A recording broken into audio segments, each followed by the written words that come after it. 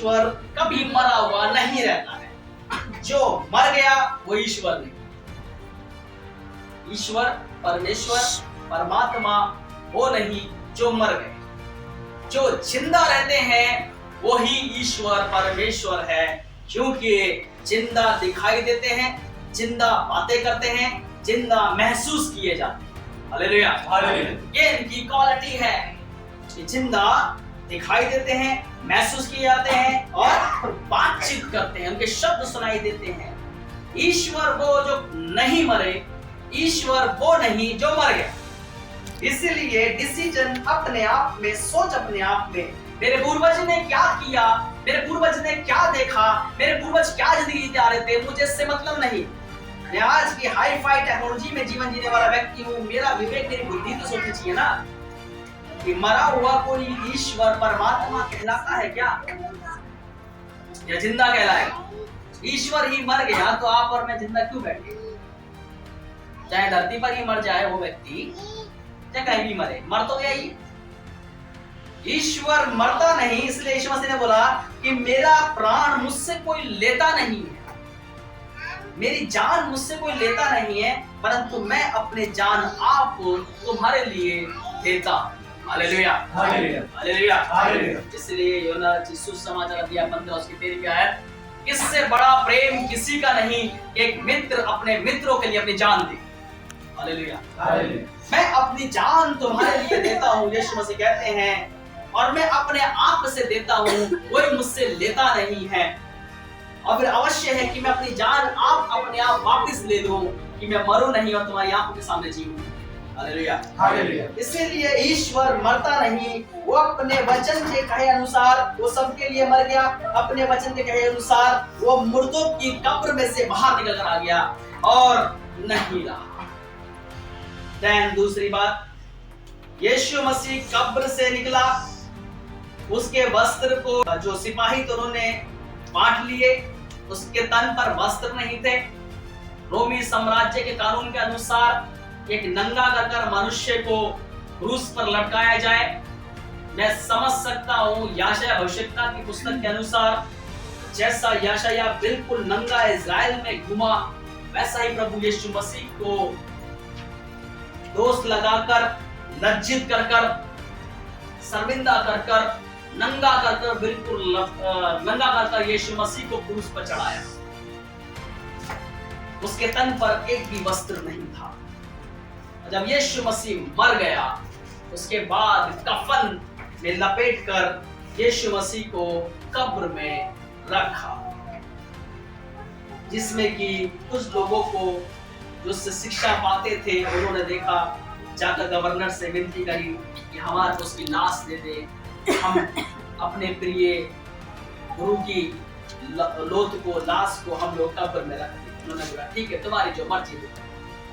लेकिन वह अपने वचन के अनुसार जी उठा, और जी उठने के पश्चात में कोई भी अगर मुर्दा जी उठ जाए, कफन में सबके सामने बाहर जाएगा क्या? अगर तो व्यक्ति कफन में बाहर आता है तो उसे मनुष्य क्या बोलेंगे? भूता। क्योंकि किसी के सामने अगर कफन में लिपटी हुई बॉडी थोड़ा सा रिएक्ट कर जाए तो पहले देख के उसे भाग जाते हैं, इसके अंदर भूत की आत्मा घुसी है। इसलिए प्रभु यीशु मसीह अपने वचन के अनुसार जी उठा तो कब्र में नहीं है, कब्र से बाहर निकल गया, और दूतों ने कहा कि जाओ उसके विषय में गलील में उससे जाके मिलो और वो तुम्हें साक्षात नजर आएगा, कफन में नजर आएगा। क्या?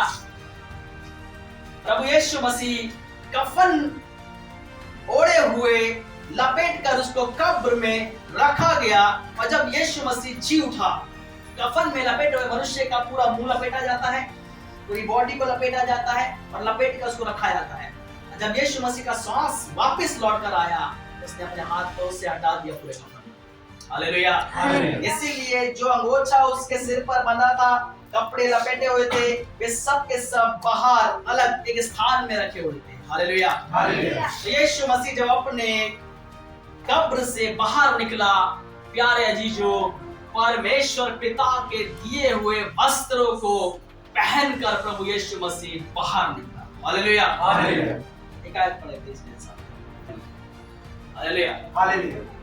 इसीलिए क्या हुआ, मंदिर का पर्दा जब यीशु मसीह क्रूस पर था, प्राण छोड़े चिल्लाकर, तब वो मंदिर का पर्दा जो लगभग 3 इंच से 5 इंच तक माना जाता है, 1 इंच इतना, 3 इंच बराबर 2 इंच मॉड कर दीजिए, लगभग इतना, इतनी मोटी परत का पर्दा जो महापवित्र स्थान के अंदर के लिए और पवित्र स्थान के इधर के हिस्से के लिए, ये दोनों तरफ में काम करता है। जैसे पर्दा इधर और इधर के लिए काम करता है, उसके पीछे महापवित्र स्थान, इसके इधर पवित्र स्थान। वो पर्दा 2 भाग फट गया कि मनुष्य परमेश्वर के पास डायरेक्ट महापवित्र स्थान में चला जाए। इसलिए इस पर्दे को फटने का कारण दर्शाया जाता है। Hallelujah, hallelujah.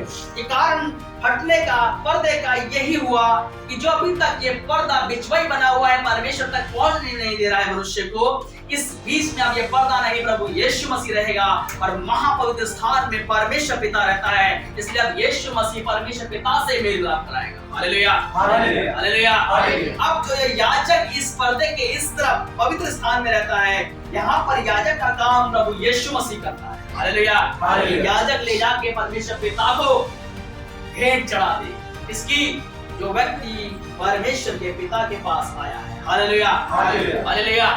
इसीलिए प्यारे जी, जो क्या हुआ, ये मंदिर का पर्दा फट गया। देन इसके पश्चात में 53 आयत के अंदर में कि और मुर्दे जी उठे, और उसके जी उठने के बाद में कब्रों से निकलकर अपने अपने नगर को गए और बहुतों को दिखाई दी। हालेलुया। इन मनुष्यों के कब्रों को खुलने का मतलब कि जो धर्मी जन है, जैसे प्रभु यीशु मसीह जी उठा, वैसे ही धर्मी जन जी उठेंगे। आज भी यदि कोई व्यक्ति धर्मी जन मरता है, कब्र में जाता है, प्रभु यीशु मसीह आएगा जैसे वो जीवित है, इन मरे हुए की कब्रों को खोल देगा और अपने साथ में ले लेगा। हालेलुया।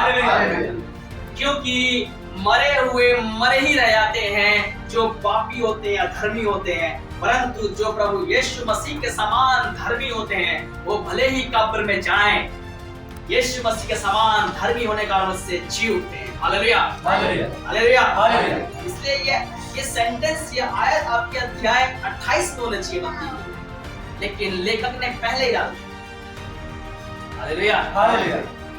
यीशु मसीह के जी उठने के बाद में कब्रें खुल गईं, धर्मियों के कब्रों में से धर्मी जन निकल गए और अपने अपने नगरों को गए, दिखाई दिए, अपने लोगों से मिले हैं, जिंदगी को जिया है, फिर जिंदगी जी। प्रभु से मिलो, वैभवशाली वस्त्र पहनकर पिता ने भिजवाए हैं हमारे द्वारा, तुम्हें मिलेगा, भेंट करो उससे जाकर। हालेलुया। इसीलिए यीशु का जी उठना ही आज के दिन का रेजरेक्शन डे कहलाता है, जो संडे में प्रभु यीशु मसीह जी उठा। हालेलुया। और शनिवार का दिन प्रभु यीशु मसीह से पहले रेस्टिंग डे, विश्राम का दिन हुआ करता था। प्रभु यीशु मसीह के जी उठने के बाद में इस आज के संडे के दिन रेजरेक्शन डे की वजह से आज का दिन हम कलीसिया समस्त मनुष्य के लिए विश्राम का दिन कहलाता है। Hallelujah, hallelujah. इसलिए समस्त संसार में संडे की ही छुट्टी होती है। क्यों? आज यीशु मसीह जी उठा संडे। Hallelujah, hallelujah.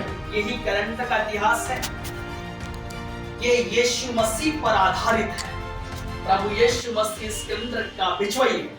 हालेलुया, इसी ने ये इतिहास को कायम किया। Hallelujah, hallelujah. इसीलिए संडे प्रभु यीशु मसीह जी उठा, आज का दिन हम रेजरेक्शन डे कर मना रहे हैं, समस्त संसार के अंदर मान रहे हैं और प्रभु यीशु मसीह के जी उठने की तारीफ कर रहे हैं, क्योंकि वो ही सृजनहार, पवित्र, जीवित, महान परमेश्वर है जो कभी नहीं मर सकता।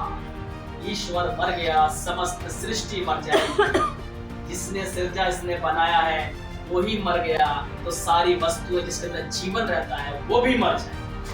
Hallelujah, hallelujah, hallelujah. इसलिए प्यारे अजीजों, प्रभु यीशु मसीह के ही पास आकर अपने आप को भी बचा लो।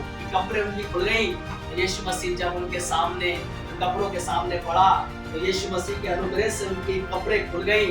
और जब हम भी कब्रों में जाएंगे, प्रभु यीशु मसीह को जानकर, पहचान कर, धर्मी होकर, जब यीशु मसीह आएगा तो हमारी भी कब्रें खुल जाएंगी, हम प्रभु के सामने खड़े हो जाएं। Hallelujah, hallelujah.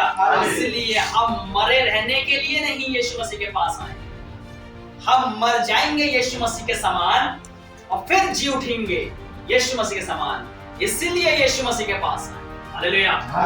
इसलिए एक भक्त जन का जो यीशु मसीह में जीवन जीता है उसका मरना अनिवार्य है, उसका गाड़ा जाना अनिवार्य है और यीशु मसीह के समान उसका मुर्दों में से जी उठना अनिवार्य है, क्योंकि यीशु मसीह को वो जानता है, प्रभु यीशु मसीह को वो पहचानता है, इसीलिए उसका भी रेजरेक्शन हो जाए। हालेलुया।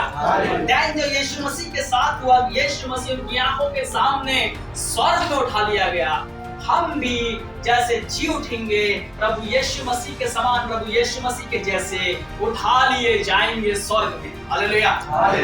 जिंदा जाएंगे, मुर्दे नहीं जाते स्वर्ग में। मत कहना कि वो मर गया तो समझ रखा है लेट मिस्टर वगैरह वगैरह या स्वर्गीय शरीर वगैरह वगैरह। स्वर्गीय शरीर अभी कोई नहीं हुआ है, स्वर्गीय शरीर यीशु मसीह में ही हुई है। हालेलुया। किसने लगाया स्वर्ग? पहुंच गया स्वर्ग में? स्वर्ग में पहुंचेंगे जब यीशु मसीह लेकर जाएगा, जो जहां रहता है वो वहीं लेकर जाएगा। हालेलुया। मेरा बाप स्वर्ग में रहता है तो मेरा बाप मुझे स्वर्ग में लेकर जाएगा। हालेलुया। नरक में रहता तो नरक में लेकर जाएगा। स्वर्ग में पहुंचेंगे प्रभु यीशु मसीह के अनुग्रह से, इसीलिए